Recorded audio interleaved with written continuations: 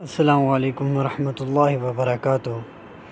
ناظرین، 14 فروری کا دن پوری دنیا میں ویلنٹائن ڈے کے نام سے منایا جاتا ہے۔ اس کو محبت کا عالمی تہوار کہا جاتا ہے۔ عوام و خواص، قوم و ملت کی تقسیم سے بالاتر ہو کر اس تہوار کو بڑے جوش و خروش سے منانے لگے ہیں۔ اس دن کو محبت کے اظہار کا دن کہا جاتا ہے۔ اس روز تحائف بانٹے جاتے ہیں، خوشی کا اظہار کیا جاتا ہے۔ خواتین و حضرات خصوصی ملاقات کے لیے جاتے ہیں۔ رومی تہذیب کے عشق کے نشان سرخ پھول ایک دوسرے کو پیش کیے جاتے ہیں۔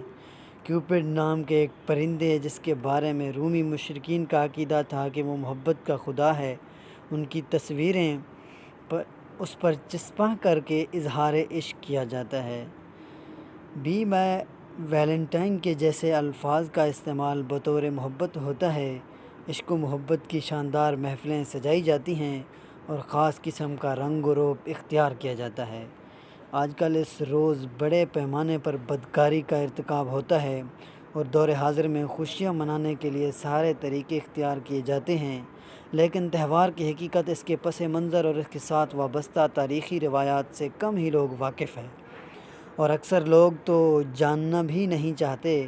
لیکن امت مسلمہ چنانچہ حق و باطل اور صحیح و غلط کی تمیز سکھانے والی امت کا نام ہے، اس لیے امت کے لیے کسی بھی چیز کو قبول یا رد کرنے سے پہلے اس چیز کے سارے خد و خال کا معلوم کرنا لازمی ہے، تاکہ امت کے افراد مذکورہ عمل کے بارے میں اقرار یا انکار کا موقف اختیار کر سکیں اور پوری عالمی برادری کو بھی صحیح رہنمائی کر سکیں، تاکہ دنیا فساد سے محفوظ رہ کر امن و سکون کا گہوارہ بن سکے۔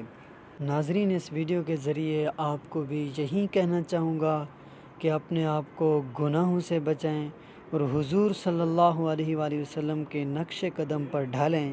اللہ کی قسم، حضور صلی اللہ علیہ وآلہ وسلم سے زیادہ ہمارا کوئی مہربان نہیں ہے اور کوئی خیر خواہ نہیں ہے۔